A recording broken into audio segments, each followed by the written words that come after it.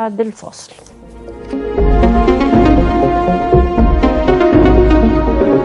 انت عارفه ان كلمتي مش ممكن تنزل الارض ابدا. حنفي خلاص هتنزل المرة دي. روح يا شيخ الله يعمر بيتك. انت حيشك يا اخويا ما ترقص. طب بس اروح اتحزن واجيلك. ابوك اسود، انت واد زهدتني وكلت المتوفي. لو النبي يا معلمين هتروحوا بالسم ما دودوا. امال ايه الدم اللي على بقك ده؟ منبه لحد النهارده افيهات الافلام القديمه معلقه في دماغنا كلنا. تعالوا نشوف يا ترى الناس فاكره ايه لحد دلوقتي. قوليلي ايه اشهر الافيهات اللي احنا عارفينها دايما؟ هي اشهر الافيهات اللي هي شيء لا يصدقه عقل. فاكره بس ما اعرفش انطقها. ارمنتدو اديني جبتها لك. ارمنتدو بعد انسان الغاب تقول لي لا.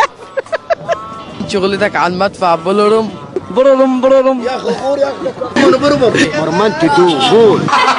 عاشق للافيهات، عاشق واكله دماغي. مش هينفع، هو ربنا ما هينفع. العلبة دي فيها فيل. فاكر تنزل حنفي تنزل المرة دي. ده عبد الفتاح الاسري. هتحزم واجيلك. لازم واجيلك. 14 سنة خدمة في سنة وبتقول لي اقف. اموت بالقفشات. نشنت يا فالح.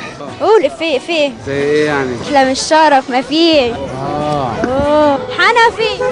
انا اقول حنفي ولا؟ عم انت رد عليا. خلاص هتنزل المرة دي، لكن المرة الجاية عمالة مش تنزل ابدا. يا وهي لما بكون بقى عايز ياكل ولا باجور وعايز اتجوز.